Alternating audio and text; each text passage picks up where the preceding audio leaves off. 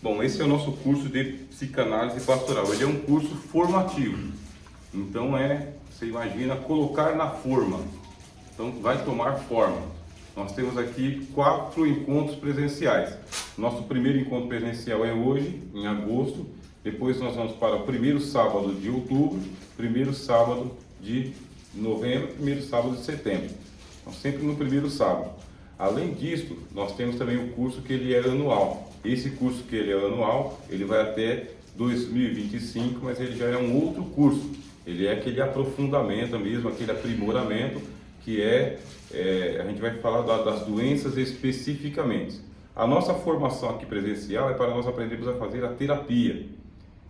Colocarmos os nossos irmãos, as nossas irmãs, ou os familiares, amigos, colegas, num tratamento psicanalítico pastoral.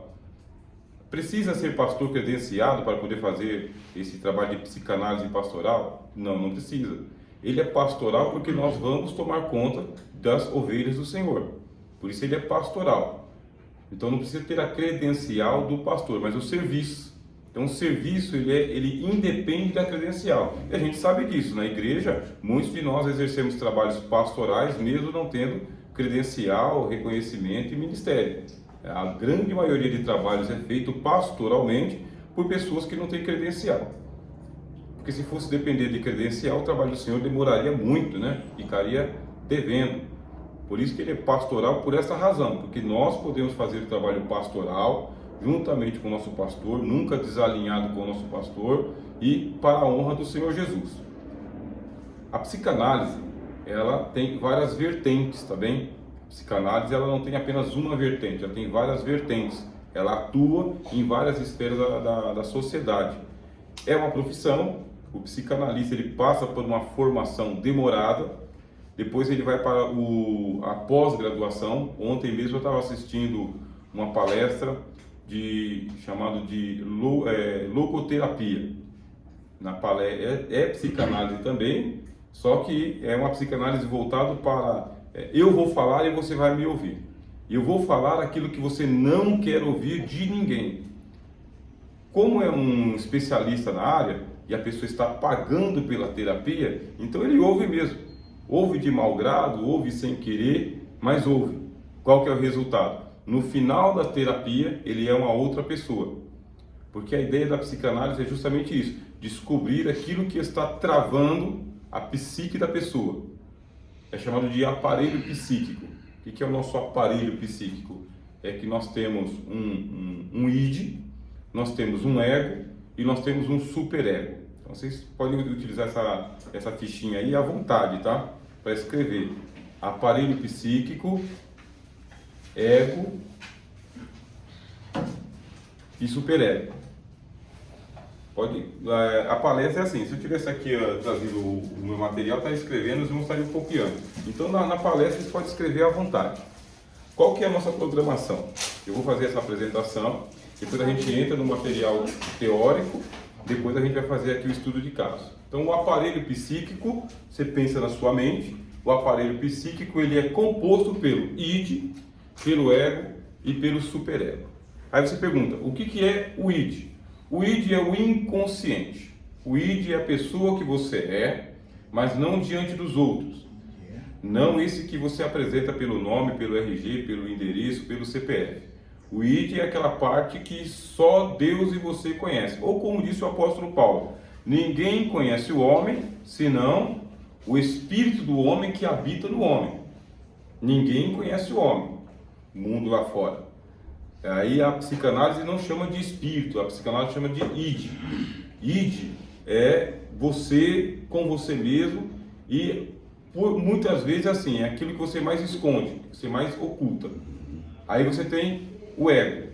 Então o ego é a parte apresentável, é a parte sociável, é a que se comunica, é aquele que você permite que as pessoas saibam. Esse é o ego. Ele já está domesticado, tá bem?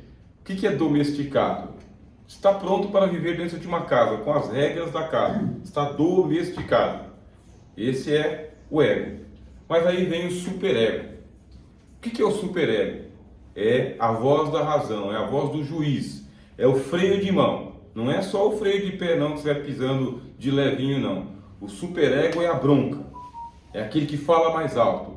É aquele que refreia você de você tomar as atitudes que você quer, na hora que você quer, do jeito que você quer e dê o que der. É o que impede você de chutar o pau da barraca, chutar o balde. Esse é o chamado de superego. Você tem o ego sociável, domesticado, tranquilo, paz do Senhor Jesus, meu nome é Rogério, tá bem? Você vai ter uma boa convivência comigo aqui neste momento. E tem aquele superego, que é o camarada que vai e me fecha na hora que eu estou vindo para cá, me atrapalha todo e eu sou obrigado ou a parar ou a me atrasar. E aí o id que estava escondido dentro de mim, só a minha esposa sabe, o id, ele pega e ele avança. Um homem de terno, né, indo para dar uma palestra de terapia da presença para outros pastores, pastoras e perdendo a calma no meio do trânsito, esse é o id. Então é o id saltando para fora e é aí que vem a psicanálise. A psicanálise é justamente essa ciência desenvolvida para quê? Para quando esse id toma conta do ego. Quando o id avança as linhas. Ele é o submarino que surgiu, ele é o tubarão que veio pegar a criancinha na beira da praia, mordeu os banhistas. Aí você fala, cada um de nós tem isso? Todos nós temos isso. Tem a parte que eu posso mostrar e tem a parte que só o homem conhece. Só. Ninguém conhece o homem senão o espírito do homem que nele habita. Essa é a palavra de Deus. E você olha assim para a nossa igreja e você pensa o seguinte, bem, está todo mundo sarado, todo mundo curado porque o culto foi maravilhoso. O culto alcançou a todos. Aí você vem para a palavra de Deus. Nisso vocês já estão dentro do material, tá bem? O material aí que eu enviei em PDF para vocês. Tá bem? Eu tenho ele aqui, ó, impresso, para quem tem um pouco de dificuldade com... Quem tem um pouco de dificuldade, quer esse material impresso? Eu quero compartilhar. Tá bem? Aí a gente vai compartilhar. Tá gravando, pastor? É isso, tá gravando. Olha. Estou gravando também. Tá gravando. Tá bem? É porque a gente está se comunicando agora, eu falei, vou imprimir ou não vou imprimir? Tá bem? E tem bastante. Depois eu tenho outro, depois eu trago mais. Tá bem? Aí eu trago para os irmãos depois. Mas esse daí os irmãos podem pedir para imprimir, tá bem? São 14 páginas. Os irmãos podem pedir para imprimir. É porque como a gente vai aos poucos... Então a outra parte você vai mandar depois, professor? Porque aqui só tem 4 páginas. Esse eu mandei só no Terapia da Presença. Tá. A totalidade eu vou mandando depois. São 14 páginas. Mas começa assim. Na primeira página aí está escrito aí, tá bem?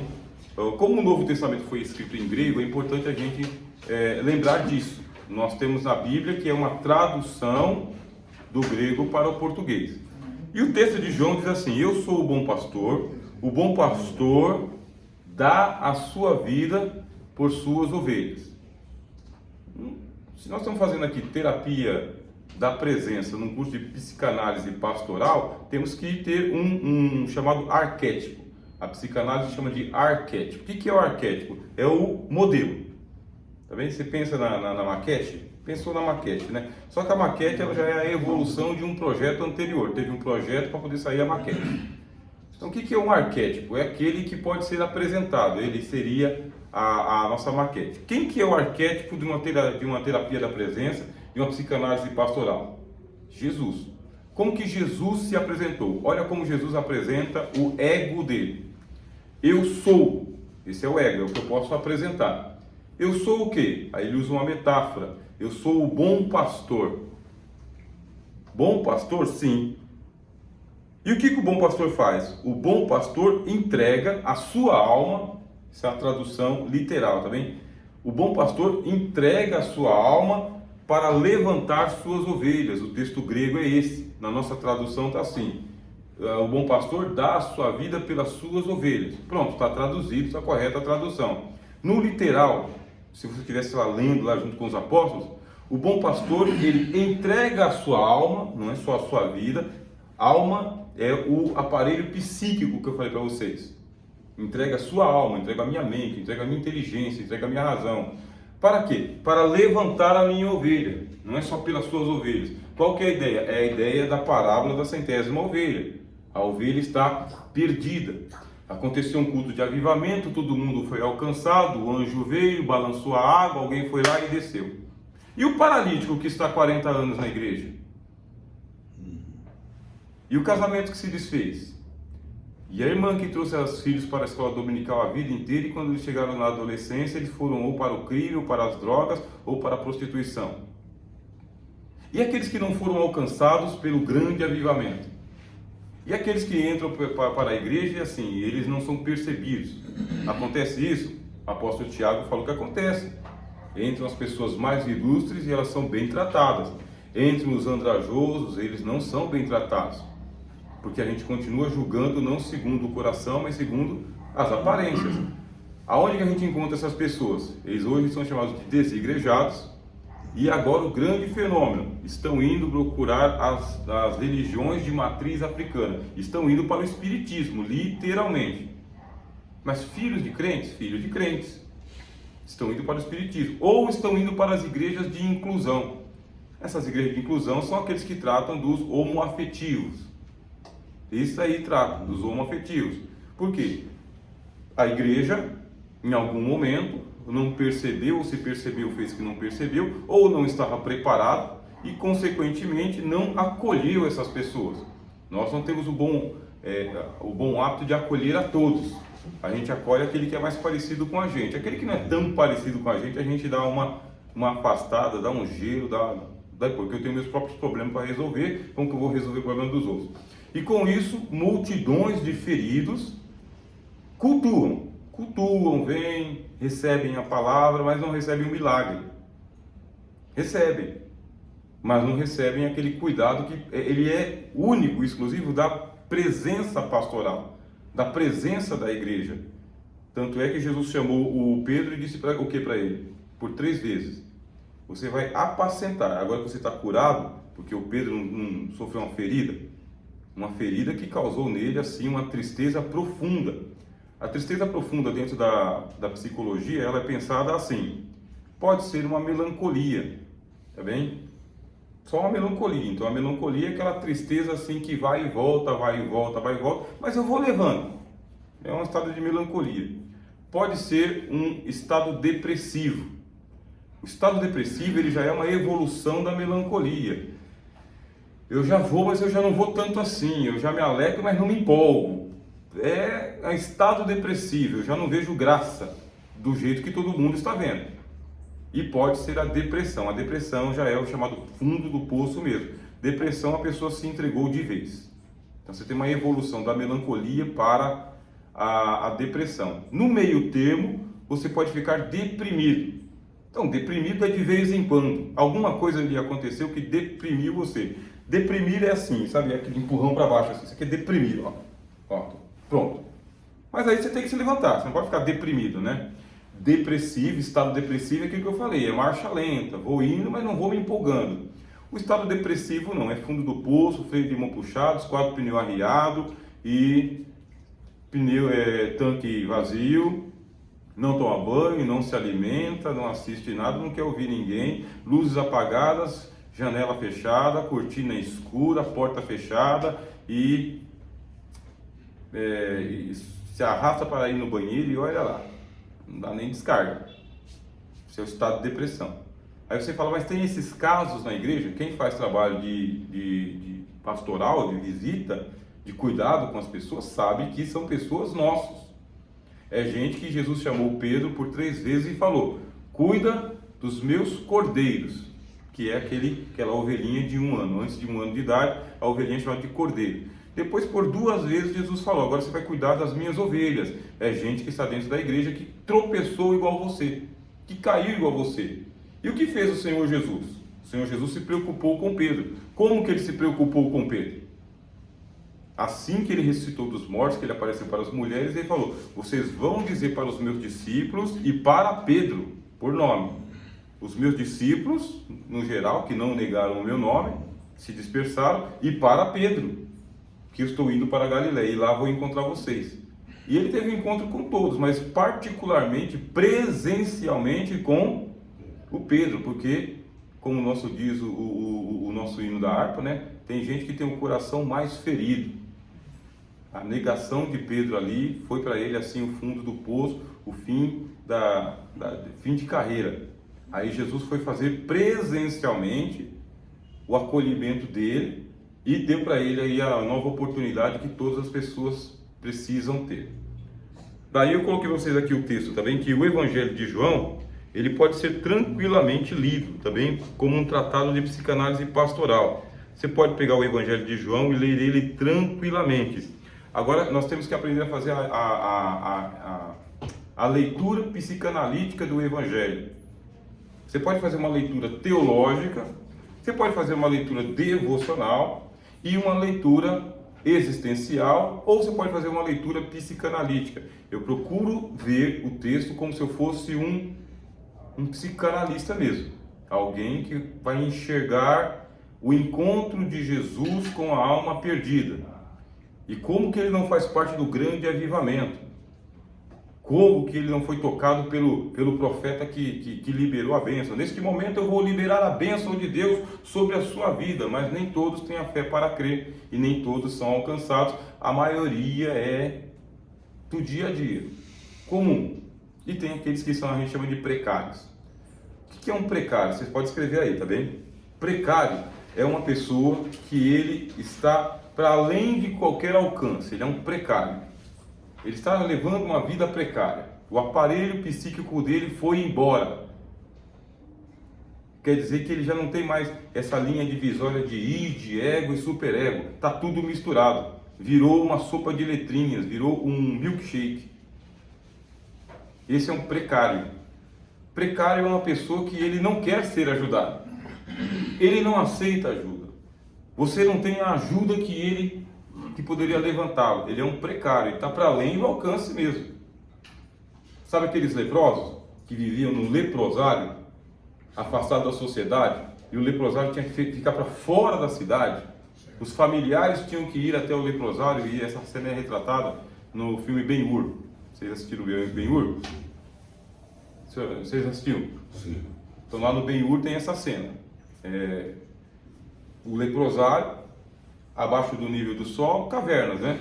Caverna. A comida descia pela corda, roupas desciam pela corda, e as necessidades fisiológicas faz aonde? Dentro de um buraco daquele. Quem vai viver com um leproso, que é uma doença infecto-contagiosa? Além de infeccionar a pessoa, contagia quem está por perto. Aí vem os 10 leprosos. E os 10 leprosos são esses precários.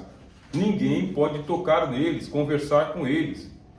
Uma cena que aconteceu na minha vida, assim que eu aceitei a Jesus, esse é o momento da gente falar sobre a nossa vida também. Eu era novo convertido, vindo recentemente do mundo, 18 anos de idade, então eu passei dos 14 até os meus 18 anos, assim, experimentando o que era a vida do pecado, da adolescência, período da adolescência. Eu vim para Jesus com 18 anos de idade. E fui para a adolescência, para o grupo de jovens. E no grupo de jovens tinha uma jovem que tinha acabado de se engravidar. Ela era dos jovens, mas aí o pecado da fornicação, anos 90, falou de pecado da fornicação e pecado de adultério, é fim de carreira, ponto final. E o jovem era colocado para fora da juventude e se vira, né? A gente cuidou de você enquanto você estava com a gente aqui, agora era tirado da Santa Ceia, era tirado da juventude e estigmatizado na igreja. Eu conheci 2 pessoas nessa situação. E essa menina, assim, como eu já estava acabando de vir do mundo, eu não via diferença entre estar nos jovens, estar no banco dos irmãos e estar na galeria. Não fazia diferença. Aí uma das irmãs do círculo de oração, quando viu conversando com a jovem, para me preservar, para mim não cair no pecado, para eu não ser seduzido pela menina, aí ela pegou e falou o seguinte: olha, não anda com essa menina. Você anda com a gente aqui, para você se fortalecer. Mas o que foi que aconteceu? Essa menina está em pecado. Estava grávida já. A família já tinha também dito: ó, o problema é seu, o filho é seu, cuida. E eu não fiz nada. Não fiz nada pela menina. Mas você vê que o fato foi tão chocante que eu pensei: mas como pode? Como a gente não pode fazer nada? E se a menina precisar de ajuda? Qual que é o problema da menina? Eu não entendia. Qual que é o problema da menina estar grávida? Quantas moças grávidas estão aí na sociedade aí, chamados filhos do funk? Filhos do funk. Uma coisa que a gente faz em psicanálise, meus irmãos, é o seguinte: nós não temos aqui censuras. Nós não temos censuras. A gente mantém aqui a moralidade, a linguagem sã e irrepreensível que a Bíblia ensina que nós temos que ter, mas nada nos escandaliza. Nada. Não tem nada que seja feito aqui que é desumano. Tudo é humano. O pastor psicanalista tem aquele coração que você pega todos os seus pudores de moralidade, que a gente vai lá, prega sermão de moralidade, para com o seu paciente, para com o seu irmão, para com a sua irmã, são entranhas de misericórdia, como diz o apóstolo Paulo, entranhas de misericórdia. Então o que foi que aconteceu? O que foi que aconteceu? A menina foi estigmatizada, discriminada, não recebeu o acolhimento, teve que cuidar do filho por conta própria. A única pessoa que estava chegando ali foi proibida praticamente, ou ameaçada, porque a menina ia me levar para o pecado se eu estivesse andando com ela, e eu não entendia isso de forma nenhuma. Aí, só que não foi a primeira cena que eu presenciei. Anos depois, trabalhando como promotor, eu encontrei um promotor que era promotor de uma empresa de laticínios, e ele dizia por que ele não pisava mais na igreja. Ele não pisava mais na igreja por quê? Porque ele se apaixonou por uma menina dentro da igreja, ele era louco de pedra por ela. Mas aí houve uma acusação, e na acusação ele tinha cometido fornicação com ela. Só que ele disse, ele já estava em outra vida, ele falou, só que é o seguinte, Rogério, eu nunca caí em pecado com aquela menina. Só que foi feita uma acusação, não foi comprovado, a menina, para não se indispor com a família, porque tem os familiares do moço, da moça, de todo mundo, para não se dispor com a família, que era uma família tradicional na igreja, ela pegou e ela confirmou que ela tinha sido assediada por ele. Foi retirada da comunhão e no dia de Santa Ceia ele chegou na igreja, chegou nas nossas igrejas, portas fechadas, o diácono não deixou ele entrar e falou, e você está em disciplina e tem que participar da ceia aqui na porta. E por isso ele não pisava mais na igreja. Então quando a gente fala dos precários, dos magoados, dos machucados, dos rechaçados, é gente nossa. Deu uma melhoradinha nas nossas igrejas? Deu uma melhoradinha, muita coisa veio sendo consertada no meio do caminho.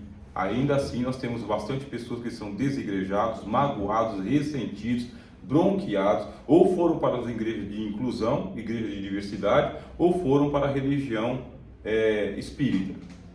Filhos nossos, conhecidos nossos. Quando não foram para as drogas, quando não foram para a prostituição, quando não foram para a criminalidade, quando não estão mortos. Aí a gente pode fazer como Caim. Sou eu, por acaso, cuidador do meu irmão? Deus deu para o Caim uma pergunta. Onde está o teu irmão? Onde está? Aí a resposta é, sou eu por aí o cuidador do meu irmão? E o que diz o apóstolo João? Não sejamos como Caim, que era do maligno. É sim responsabilidade nossa. Nós que estamos aqui, cada um dentro da sua congregação, cada um dentro da competência que Deus lhe deu, porque as almas vêm, as pessoas vêm. E esse assunto só você abrir ele claramente na igreja e dar oportunidade, ou nos grupos mesmo, uma sala de escola bíblica dominical, de aconselhamento, conversa com os jovens, grupo das irmãs, é só abrir, sem colocar censura, sem colocar medo, nem nada. Aí você vai ver o quanto de mágoa vai surgindo, e você fala, e quem é que vai tomar conta dessas ovelhas?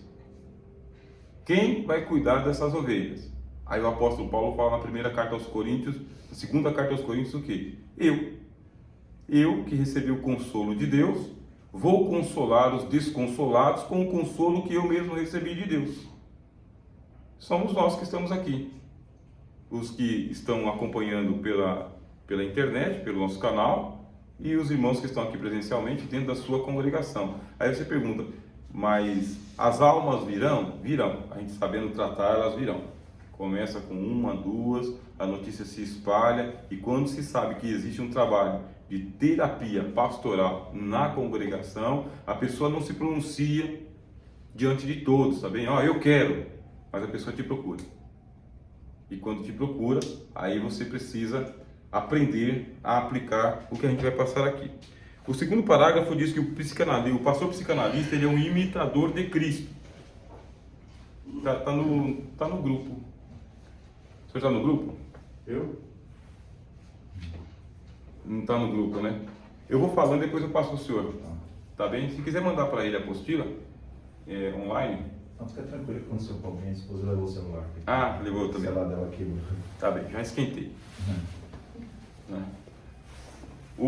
Nós somos imitadores de Cristo. A gente não pode deixar o negócio da imitação de Cristo ser só retórica, bom para a pregação e não para o dia a dia. Imitador de Cristo em quê? Eu queria ser imitador de Cristo nos grandes feitos milagrosos de Jesus.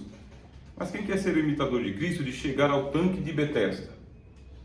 Encontrar um homem que tem 38 anos, que ele está numa situação de precariedade, que nem o anjo está nem aí para ele, porque o anjo não vem para as pessoas, o anjo vem para mexer as águas. O que eu considero o anjo? Vamos fazer a leitura psicanalítica do texto. Essa leitura é assim, você aplica na sua realidade. O que é o anjo? É o pregador avivalista que a gente trouxe para o dia do congresso. Esse é o anjo. Ele vai fazer a função dele. Qual que é a função do avivalista na hora do sermão? Avivar. Me deram o tema, eu fui lá, preguei, apliquei, fiz o convite, a turma veio. Movimentou as águas. Então a gente está bem acostumado com isso daí. Mas quem vai fazer o papel do Cristo? Qual que é o papel do Cristo? É o da terapia da presença. É o Logos de Deus, é Jesus. Ele chega no meio daquela multidão de tudo quanto é gente doente, um monte, e ele vê um homem que está ali há 38 anos na vida precária e faz uma pergunta para ele, porque a terapia, ela se baseia nisso, tá bem? A terapia, ela se baseia em você dar voz. Você vai dar voz, você pode escrever, tá? Começa por aí. Você vai dar voz para que aquela pessoa que está em situação precária, que o aparelho psíquico dela já está todo embaralhado, ela não sabe quem ela é direito, o que ela está fazendo nesta vida, por que ela está por aqui. Aí ela pode ter tendências suicidas, mas na nossa igreja, os pastores e pastoras de renome estão cometendo suicídio. Então, recentemente, quando eu falo recentemente, para mim é nos últimos 10 anos, nós tivemos casos aqui próximos de nós, também de pastor que se suicidou, e perguntas de como que esse pastor, com rede social, com milhares de seguidores, avivalista de multidões, como que ele chegou a um estado de ele se matar. Uma pastora, a mesma coisa também, a conselheira, não sei o que, como que ela se matou? De novo, meus irmãos, nós temos um aparelho psíquico, a gente está aqui no controle da situação, mas de vez em quando, vamos dizer, né, o diabo ele quer pegar um de nós aqui para Jó, e ele vem pessoalmente para fazer o papel dele, que é o de matar, roubar e destruir. E quando ele mira numa pessoa, que ele pega a pessoa, que ele ataca a pessoa, ele ataca o aparelho psíquico dela, na alma, aí diretamente na alma. É um invasor de corpos. Aí pronto, a pessoa entra em estado de depressão, a pessoa fica em depressão e ela começa a ter tendências suicidas. Essa tendência suicida, assim, são pensamentos recorrentes. Ela começa a ter uma engenharia. Como é que eu vou fazer para sair de cena? Aí quando a pessoa começa a dar os primeiros sinais de que ela vai sair de cena, eu trouxe até aqui uma dinâmica para ir fazendo com os irmãos. Chegou a hora da dinâmica, minha esposa vai me ajudar. Bem, eu preciso aprender os sinais que as pessoas que estão próximas de mim estão dando na comunhão da igreja, no congresso dos jovens, na aula de escola bíblica dominical, numa festa de família. Eu vou observando os sinais. Uma bexiguinha amarela para cada um. Eu vou ficar com uma também. Pode fazer pergunta no decorrer? É que ele estava no início. Pode sim. Pode. Bem, eu vou falando. Eu quero fazer uma pergunta. Dá um sinal, tá bem? Porque a ideia ela é dinâmica. Ok. Tá bom? Assim eu vou aproveitando. Tá? Já esse suco está convidativo, né? Eu posso fazer uma pergunta? Pode, Renan, seja bem-vindo. Amém, fica à vontade. Você lembra quando citou o superego? É aquele ego inflamado que se fala, que a pessoa chega e põe para fora todas as coisas assim? Isso, o ego ainda estou no controle. Eu ainda estou no controle. O superego é... Renan, seja bem-vindo. O superego é a pisada no freio. Se eu não pisar no freio, o carro capota. Se eu pisar no freio com tudo, o carro capota. Eu não sei, mas o superego dá um grito e fala, não, para por aqui. Sejam bem-vindos, tá bem? Você pode ocupar todas as cadeiras que a gente tem aqui. Pode até abrir essa janela aqui, né? Eu tentei abrir, não abriu não. Não quis abrir. Abre em cima. Pastor, a gente também tem um ar-condicionado, se quiser fechar aí. Não. Aí é com os irmãos, né? Pra mim tá bom. Como está pros irmãos aí? Tá bom? Tá bom. Tem alguém aqui, não? Não tem. Aê, ele abriu. Era você mesmo. Estava esperando a chegada do homem. Os irmãos compartilham com ele a fichinha, tá bem? A pessoa que está... Os irmãos que chegaram agora, sejam bem-vindos, tá bem? Essa palestra está sendo gravada, depois ela vai ser postada no nosso grupo. Eu estava transmitindo online, mas aí está acontecendo alguma coisa com a rede. Não está indo. Aí, então a gente não vai parar. Uma dinâmica aqui. Olha só quem chegou. Rapaz do Senhor, Meu Deus, hein? Seja bem-vindo, meu amigo. prazer meu. Paz. Aqui é o nosso irmão Francinildo, tá vendo? Conhece ele lá do comentário? Fica à vontade. Obrigado, irmão. Consegui chegar até essa caneta. Que bênção, hein? Olha, quanta promessa não cumprida. Essa tá cumprida. Tá bem? Bom. O senhor trouxe uma caneta para o senhor? Então, vai anotando. Essa bexiga amarela é o seguinte, é o sinal amarelo. O ser humano ele é criado para a rotina. Nós somos rotineiros. Esse negócio de quebrar a rotina não é para nós. As pessoas quebram a rotina e vão atrás daquela aventura cotidiana. Isto é atípico. Quebrar a rotina é atípico. Nós somos rotineiros. Hora de acordar, hora de tomar café, hora de ir para o serviço, hora de almoçar, hora de descansar, hora de ficar com a família, hora de dormir. É tudo assim, tudo rotina. Tudo.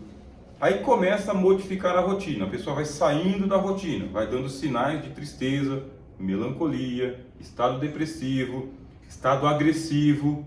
O aparelho psíquico já está sendo balançado. O que é que está acontecendo? Pode não ser lá fora, tá bom? O que está acontecendo é no id, é no inconsciente, é ali que a coisa está sendo mexida. Coisas que ouve o dia inteiro, coisas que vê o dia inteiro, sentimentos que a gente não extravasa, não pode, porque a gente tem que segurar por aqui, e o aparelho psíquico está indo para o espaço. E a pessoa vai dando sinais, então você está por perto. Aí você faz a pergunta, né? O que é que está acontecendo? A resposta é evasiva. Nada. Então tá bom, se não está acontecendo nada, aí de novo, o que faz o seu id? A pessoa conseguiu controlar aquele momento, aí você fala, mas então por que eu vou perguntar? Você pergunta. Porque esta já é a terapia da presença. A pessoa sabe que alguém notou. Esse sinal é para você saber. Você enche. Se a pessoa está acostumada a acordar no mesmo dia, todos os dias no mesmo horário, agora está dormindo demais, alguma coisa aconteceu. A pessoa está acostumada a dormir bastante, agora está perdendo o sono, alguma coisa aconteceu. A pessoa sempre fala calma, agora ela explodiu uma, duas vezes, alguma coisa aconteceu. Se a pessoa é sempre enérgica e agora está com o freio de mão puxado, alguma coisa aconteceu. A bexiga está perto de você. A pessoa está dando sinais, está dando sinais. A sua presença faz o quê? Alivia a tensão. A sua pergunta, a sua preocupação, o seu olhar. Aí você está ajudando a pessoa a voltar ao seu estado de natureza. Porque todos nós precisamos de um timer, né? De um tempo para acontecer. Todos nós. Todos nós. Se a gente não tivesse tempo suficiente, a gente não volta ao estado normal. Aí pode acontecer que a pessoa, sabe aquele negócio do estou de saco cheio? Vai explodir. Eu fiz isso aqui uma terapia com os meus adolescentes, meus irmãos. Eu fiz com meus adolescentes, eu tenho uma aluna, há 3 anos, como minha aluna. E ela foi diagnosticada como esquizofrênica. Tinha estado de esquizofrenia. Então você tenta dar aula numa sala com 40 alunos e o esquizofrênico vendo pessoas na sala e ouvindo vozes. Então ela tinha crises. Mas ela aceitou ser inclusive a minha tutorada. Aí, como sendo a minha tutorada, 3 anos depois ela estava bom, ela aprendeu a viver com a dor. Porque o terapeuta é isso, tá bem? Nós não vamos curar, a gente vai ensinar a pessoa a viver com a dor, cura Jesus. Jesus cura. A gente vai orar, nós vamos acompanhar, Jesus cura. Mas aí vem o outro estado, que é esse daqui que vocês estão vendo. Que já não é mais o estado de alerta, a pessoa está doente, tá? Ó, não estourei, mas essa menina é o seguinte, eu fiz uma dinâmica que a bexiga estourou. Ela não estourou dela, mas foi dando aflição quando a bexiga foi enchendo, e vocês sabem como são alunos de ensino médio, né? Que é estourar. Estourou. Ela teve uma crise na hora. Agora que ela teve a crise, parou. A gente não percebeu os sinais que estavam sendo dados antes, não percebemos. Agora a pessoa já está em estado crítico. Já está com o aparelho psíquico doente. Já está. Essa pessoa agora, ela vai parar a vida da família em torno dela. Ela vai parar a vida do pai, da mãe, do esposo, da esposa. Vai parar a vida da família em torno dela, porque ela já está doente. Quer dizer que você vai falar assim, você tem que levantar para ir trabalhar. Ela não consegue levantar para ir trabalhar. Ela já não está mais no estado amarelo. Ela já está precisando mesmo de tratamento. O paralítico aqui no tanque de Betesda, a vida dele parou e a família continuou. Provavelmente colocaram ele lá, vai que o anjo te cura, vai que a igreja te cura, vai que o pastor te cura e vida que segue. Ele disse isso. Jesus falou, queres ficar são? O precário acredita na cura, meus irmãos? Não. O precário não consegue crer na cura. Ele está muito para além de qualquer culto fantástico, mensagem extraordinária, movimento. Ele está precário. Eu estou falando do precário, tá? Eu não estou falando do estado de alerta. Estou falando desse nosso amigo aqui, nosso irmão, nosso irmão. Naquele caso ali, ele até mostrou a dor dele, né? Ele falou, não tem quem começou a ocupar todo mundo. Não tem. Não tem quem... Quer explicação? Não, não quero. Não tem ninguém. Ninguém em 38 anos, você não conseguiu fazer amizade em 38 anos, amizades vêm e vão, é igual amores, né? São aves de verão. Pronto. Ou como dizem aí os sertanejos, né? De bar em bar, de mesa em mesa, né? Tomando cachaça e bebendo cerveja. Aí, pronto. Tem algum motorista de aplicativo aqui na sala? Trabalha com Uber? Só eu e minha esposa? Nem que a minha vida. Eu trabalho de aplicativo e falo para vocês, os clientes da sexta-feira, das 9 da noite até as 3 da manhã, são esses. Bêbados e drogados e desiludidos com todos os amores da vida. Sem papas na língua, porque é como se o Uber não estivesse ali. Eles falam tudo que eles querem, do jeito que eles querem, porque o ID já avançou. Para os irmãos e as irmãs que chegaram agora, também nós estamos falando sobre o aparelho psíquico. Vocês estão aí uma fichinha para fazer as anotações. O aparelho psíquico ele é formado por os irmãos que estavam aqui. Id, ego e superego. Você chama de aparelho psíquico. O id é a parte oculta do homem. Ninguém conhece o homem senão o espírito do homem que está no homem. O ego é o cartão, é o ser social. E o superego é o freio de mão, é o breque, é o juízo, né, da consciência. Toma juízo, menino, toma juízo, né? Põe a cabeça no lugar. Este é o superego. E quando o aparelho psíquico está todo bagunçado, todo embaralhado, então ego, superego, está tudo uma sopa de letrinhas. As pessoas não têm esse freio, esse pudor. E aí estamos nós aqui dizendo, mas quando o mundo está lá fora, é só o motorista de aplicativo com seus passageiros, né?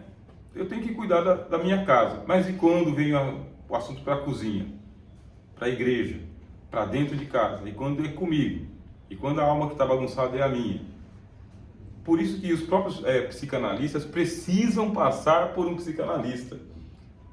Todo psicanalista ele faz análise, todo. Aí tem um instituto de acolhimento, né? E o instituto faz o quê? O instituto ele acolhe os psicanalistas e o psicanalista que é associado a esse instituto, ele tem um psicanalista que ajuda ele a ouvir. Por quê? Você já tem os seus problemas. Aí você começa a ouvir os problemas de quem tem problemas insolúveis. O seu aparelho psíquico fica como, Lorival? Carregado. Verdade. É igual os confessionários. Confessionários, só tem o padre ali para ouvir. Só que o padre, antes de ele chegar lá, para ele poder usar a batina dele e ser ordenado sacerdote, 8 anos de seminário, tanto na igreja católica quanto na igreja luterana e na igreja anglicana também. É 8 a 6 anos de seminário. E grande carga de psicologia, material de psicologia, psicanálise, psiquiatria, filosofia, tudo porque eles vão ter que fazer a abertura do confessionário, ouvir as confissões, viverem no dia a dia só para a paróquia deles. E tem gente que tem carga pesada, mesmo, carga pesada mesmo, sabe aquele seriado que passava antes, carga pesada? É carga pesada. E você tem que ter alma para poder ouvir os piores pecados das pessoas, e você não pode se colocar na posição do legalista, que vai colocar a criança em disciplina, a adolescente em disciplina, o casal que caiu em adultério em disciplina, porque essa aí é a função do pastor da congregação. A do pastor psicanalista, essa não é a sua função. Você é o terapeuta, você é o médico, você tem cláusula de confidencialidade, é um código de ética. O que se ouve no confessionário fica entre você e Deus e a pessoa. Aí você fala, e por que não tem esse trabalho na igreja? Justamente por causa desse problema. A pessoa vai trazer problemas para você que não pode virar assunto de ministério. É assunto de tratamento, porque essa pessoa está precisando do quê? Mais disciplina? Mais regra? Mais ordem? Essa pessoa está precisando esvaziar o tanque, ela tem que voltar para o estado amarelo, e a gente consegue, tá? Trazer para o estado amarelo. Consegue. Aí depois que se traz para o estado amarelo, esvaziar o tanque. A pessoa vive com a dor dela, só que ela vive mais amena. Aprende a conviver. Aprende, né? A gente está preparado para isso. Aí entra o outro caso, tá bem? Que é o texto que está com vocês aí, chama Terapia da Presença. Eu fiz a apresentação. O texto bíblico. O Verbo se fez carne, habitou entre nós, vimos a sua glória como a glória do unigênito do Pai, cheio de graça e de verdade. Então o texto diz o seguinte: Deus poderia ter resolvido. O nome da senhora é? Luísa. Irmã Luísa. Congregação? Aqui. Da sede. Aham. A gente fez essa apresentação antes, tá bem? Nosso irmão ali que é de Carapicuíba, né? E o senhor, o irmão Francinildo, é de? É do Ipiranga. Pertinho do seu serviço, né? Aqui está a nossa irmã Cleonice, tá bem? Nossa irmã da Deus e Amor. Os nossos irmãos aqui, então, os demais são do Carrão. Ou da série ou das congregações. A de Canduva, né? Que nós vimos aqui. O nosso irmão aqui é do Hermelino Matarazzo. do... Hermelino Matarazzo. Professor, minha mãe mandou a parte do Senhor. A paz da nossa irmã. Amém. Né? Queria que tivesse aqui online, né? Mas aí caiu a internet. Eu estou gravando o áudio, depois eu mando para ele. Ah. Estou gravando em áudio. Tá perfeito. Então, assim, mais uma vez, o nome da senhora é? Luísa. Irmã Luísa. Deus, ele tem todo o poder para poder resolver o problema dele sem sair do trono da sua glória? À distância? Tem.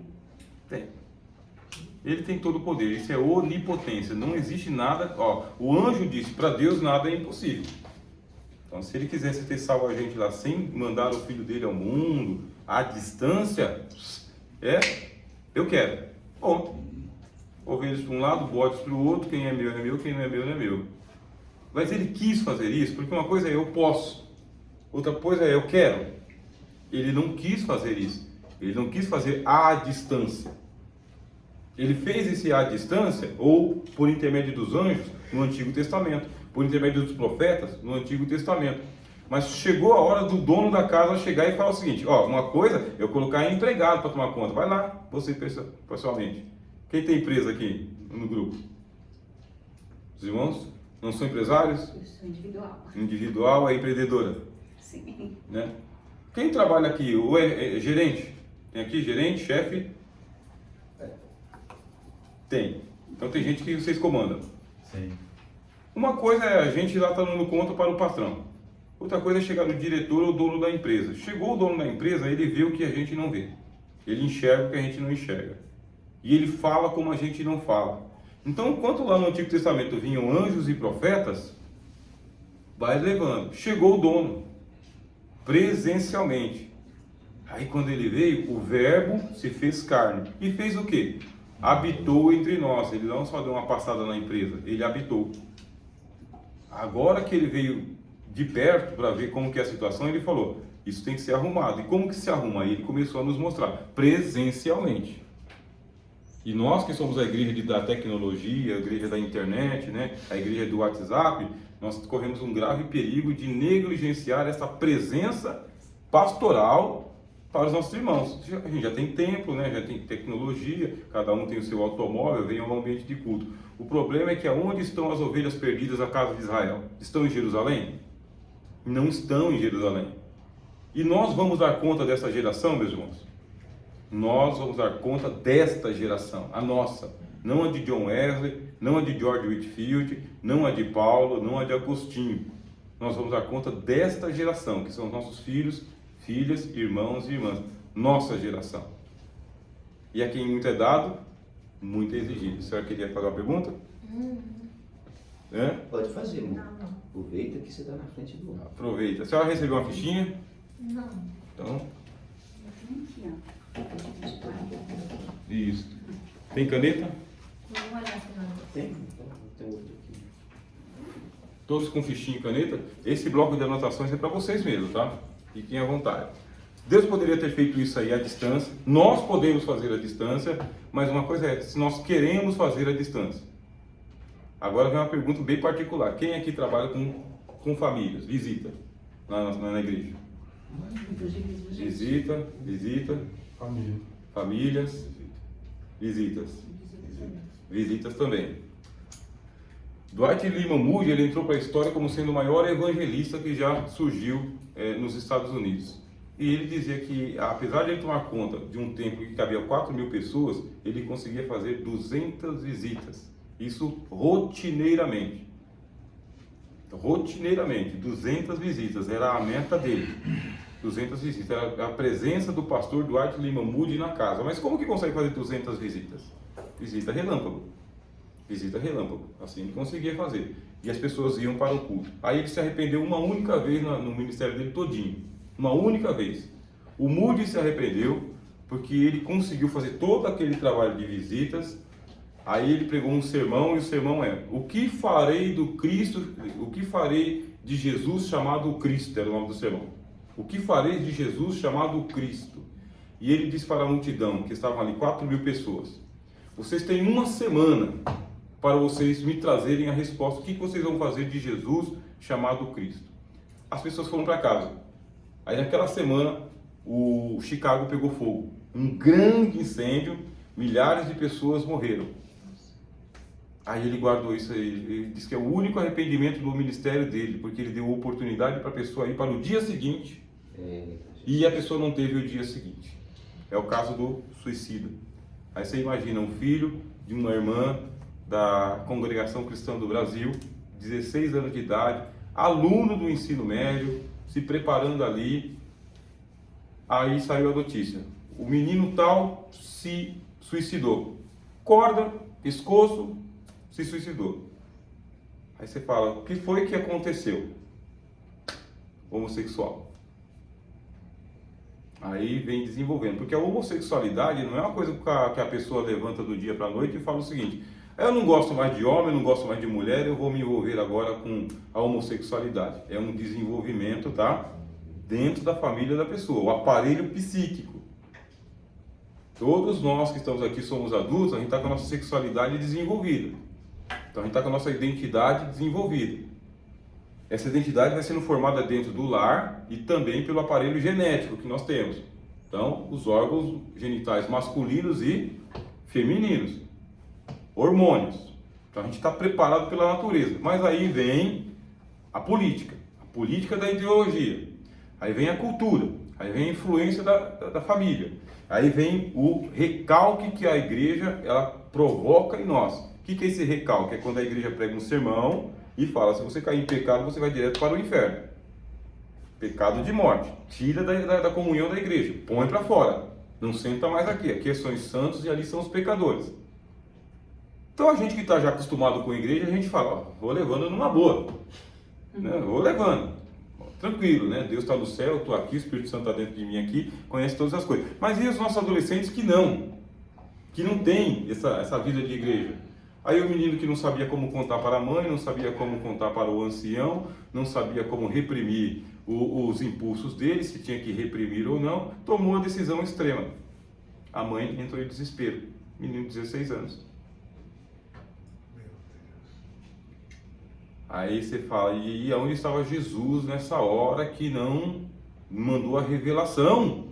Não teve um que sentiu lá, de lá? O que foi que aconteceu? Agora enterra a criança. E a pessoa, a família inteira entra em luto por causa disso. Aí estamos nós aqui. A gente quer o avivamento, a gente quer uma igreja empolgada, envolvida, cultos fervorosos, mas a gente tem que ver quem está balançando a bexiguinha amarela perto da gente. Quem que está com a rotina abalada, quem que anda falando o que não deveria estar falando, quem é que anda aí indo para o outro lado. Aí a gente vai fazer o quê? Estoura a bexiga dele? Eu não vou estourar aqui, porque vai que, né, alguém tem uma crise igual a minha aluna lá, né? O que a gente vai fazer? A gente tem que perceber, somos nós, somos você e eu, na nossa igreja, com a liberdade do Espírito, para a gente poder, dentro do departamento, identificar. E trabalhar, né? Agora trabalhar. Temos que trabalhar. Trabalhar bastante. Precisa ser presencial. Isso aqui é a terapia da presença. Então vocês veem aí no material o seguinte, ó. O poder da terapia da presença. Bem? Tá aqui, ó. A importância da presença do pastor. Eu já expliquei para os irmãos que aqui o pastor é você, a pastora é você. Não precisa da credencial. Muito pelo contrário. A falência de muito pastor é receber credencial. É falência de muitos. Recebeu a credencial, matou o ministério. Antes de ter a credencial, ministério, chão de loja, visita nas casas, presença nos cultos. Recebeu a credencial, pronto. Chegou na promoção máxima. É o fracasso da lavoura. Agora não, Jesus pega e fala, então você trabalha, no final te coroarei. Ao que vencer, darei a coroa da vida. No final, isso não venceu. Aí para vencer tem que estar no campo de batalha. Por isso é que a importância da presença do pastor. Ó. A terapia da presença oferecida por um psicanalista pastoral, aí a congregação precisa saber, tá bem, que tem um trabalho voltado para a terapia, e que a sua função não é de pastorear a congregação e colocar as pessoas em disciplina, mas a sua função é de um terapeuta. É fazer a terapia mesmo. Ah, mas aí eu teria que abrir mão da minha credencial de pastor congregacional. Não. Na congregação que eu tomei conta, eu fazia o trabalho pastoral, mas assim, era o que menos pregava na igreja, né? Era o que menos pregava na igreja. Eu pregava na terça-feira, que era o culto de doutrina, e pregava no culto de Santa Ceia uma vez por mês. O restante do mês era só os irmãos pregando. Prega à vontade. E qual que era o meu trabalho? Estar perto das famílias, estar presente na igreja, nunca faltar em culto nenhum, e criar esses trabalhos aqui, ó. Esses trabalhos de falar sobre a alma. Sermões voltados para a alma, para o comportamento. Então você consegue fazer o trabalho congregacional, que é administrativo, né? E de liturgia, e fazer esse trabalho de terapia. O importante é que quando a pessoa for procurar um terapeuta, a terapeuta, ela saiba o seguinte, irmãos, ó, cláusula de confidencialidade. Igual um advogado, né? Igual um advogado. E até mais profundo que um advogado. Sim. Verdade. É realmente assim, está dentro do código de ética. Sim. A alma da pessoa não se abre para quem ela não confia. A nossa situação fica tão frágil que a gente não pode utilizar o exemplo do caso da pessoa na igreja. Olha, eu atendi uma família que o filho dela se suicidou. Numa igreja com 60, 70 pessoas, todo mundo sabe. Com certeza. Teve um casal que eu atendi aí que os dois estavam em ser vergonhice na igreja. Até o vocabulário tem que mudar. Constrangedor. Quem é o casal que eu atendi que estava com ser vergonhice na igreja? Sim. Aí já nem presta mais atenção no culto, todo mundo já quer saber quem Processo. Acabou. É verdade. Hoje isso é. Hoje é processo. Hoje ele é juízo. Processo. E assim, além do processo, é isso assim, é disfuncional. Não é a nossa função agredir as pessoas. Eu estava com a minha esposa hoje de manhã, a gente estava assistindo os cultos das igrejas no mundo. Irmãos, eu estava emocionadíssimo com os cultos que estão acontecendo no mundo. Gente de tudo quanto é cor, tamanho, etnia, línguas. Aí a gente viu culto na África, viu culto em Israel, viu culto nos Estados Unidos, diversos cultos, muita gente ali adorando a Deus, adorando mesmo, se derramando perante o Senhor. Enquanto isso, a gente olha para algumas das nossas congregações, das nossas igrejas, espantando mosca. Aí você fala, mas por que está espantando mosca? O que foi que aconteceu? Linguagem agressiva, linguagem ofensiva, distrato, abandono das causas. A gente vai conviver mesmo com aquelas pessoas que Jesus vai colocar no nosso caminho, que são esses aqui, ó, não é mais alerta vermelho, está doente, estão doentes, e são poucos que têm essa habilidade. Vai ouvir, não vai se escandalizar, não é o fim do mundo, não é o pior dos pecados. O pior dos pecados sempre é o cisco no olho, nunca é a trave no seu olho, não um cisco no olho do seu irmão. Esse é o pior de todos os pecados. Então a gente está aqui para isso, para ouvir, andar junto, acompanhar. E a gente vai acompanhando, porque tudo é a médio e longo prazo. Engravidou, vai nascer, né? Engravidou, vai nascer, vamos cuidar, vamos ajudar, com pai, sem pai, se é a avó que vai ajudar, se não vai crescer, natural. A gente vai naturalizando, tá? Sem escândalos. Eu quero a extrema santidade para a minha igreja. Começa em mim, Senhor. O apóstolo Tiago só falou, começa pela língua. Você controlou a língua, o corpo vai.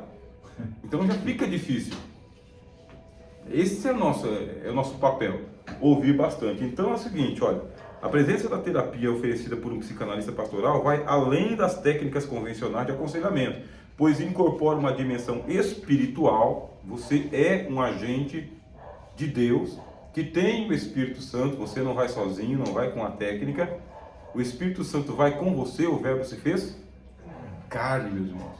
Eu vos darei o Espírito Santo para que fique convosco. Por quê? O Espírito está convosco e habitará em vós. Pronto, o Espírito está com a gente. Então você vai levar o Espírito Santo vai te levar. E a habilidade de ouvir sem julgamento e oferecer apoio incondicional pode criar um espaço seguro para que as pessoas se abram, expressam suas dores mais profundas e encontrem um sentido interior. Vai mais para ouvir do que para falar. É para dar ouvidos. Aí eu vou passar para vocês aqui, tá bem? O estudo de caso. Estou acompanhando aqui que já é 11:08, né? O estudo de caso. Eu vou passar para as abordagens terapêuticas. Cada um pega um, tá bem? E passa um para o outro. Vocês têm aqui as duas versões de um mesmo caso. Esse aqui aconteceu em caso real. Então nós vamos aqui para as práticas, para o estudo de caso. Professor, nesse caso há um despreparo muito grande, né? Porque às vezes a pessoa conta, confiando que agora até um novo convertido acabou de chegar ali, conta o seu problema, achando agora eu cheguei no meio do povo de Deus. E aí a gente vê bastante casos que aqueles mais religiosos lá vão lá e falam em cima do altar do problema da pessoa. Então ele acaba se sentindo tão mal com a pessoa, mais do que com outra pessoa lá fora que contava e a pessoa não escandalizava ele. Isso. Né? O tamanho do despreparo. E é um grande despreparo. Aí o bar ganha e a igreja perde. Eu vejo isso bastante. Aí eles falam ainda que o tipo está defendendo a santidade. Eu já passei bastante vezes por pessoa que apoia o pecado. Mas você está pervertendo as pessoas, você está apoiando o pecado. Eu não consigo, o cara está acabado, ele já chegou no fim, ele tá, vou fazer o que agora? E dar uma palavra de ânimo e esperar Deus fazer. Justamente. Porque às vezes eu sou chamado de diz que eu estou escondendo o pecado do irmão. A Bíblia diz, né, que nós estamos aqui para isso, né? Estamos aqui, ó, acolhe o teu irmão, ouve o teu irmão. Tá bem? O apóstolo Tiago falou: confessai as vossas culpas uns aos outros, para que... Esse é o versículo inteiro, não é confessai as vossas culpas uns aos outros para que o errado seja disciplinado e o santo... Não, confessai as vossas culpas uns aos outros para que sareis. É para isso que se confessa um pecado. E como você vai sarar uma pessoa que acabou de confessar um pecado, acabou de ser excluído dos grupos todos sociais da igreja? Teve um irmão abençoado, ele pegou e ele mandou um vídeo de pornografia no grupo da escola bíblica dominical. Não deu tempo de apagar. Ao extremo. Aí, opa, o irmão estava vendo pornografia e ainda postou no grupo social da igreja. O que a gente vai fazer com esse irmão? O que vocês vão fazer, seus terapeutas? O que você terapeuticamente faria? Vai aproveitar o tema e vai pregar em cima do púlpito? Você vai fazer o quê? Nada. Vai aproveitar a aula da escola bíblica dominical e vai falar sobre a imoralidade? Porque esse irmão é esposo de alguém que tem filhos na igreja. É esse caso que vocês têm aí.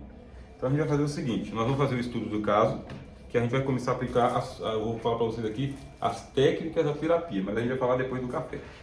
Então eu vou fazer uma pausa agora. Nessa pausa o irmão pode fazer as suas perguntas, tá bem? Terminada a rodada de perguntas aqui, a gente vai para o café e voltamos a fazer o estudo do caso. Sim, pastor? Pastor, dá licença. Vontade. É só uma questão. Como resolver esse caso? Uma congregação. Pode fazer a pergunta? Pode sim. Eu acredito que está dentro do. Uma congregação e o dirigente teve. É uma família muito grande dentro da congregação. O pai é porteiro, tá? E a nora caiu numa fraqueza com o patrão. E o dirigente está numa saia justa, porque na congregação a maioria é família.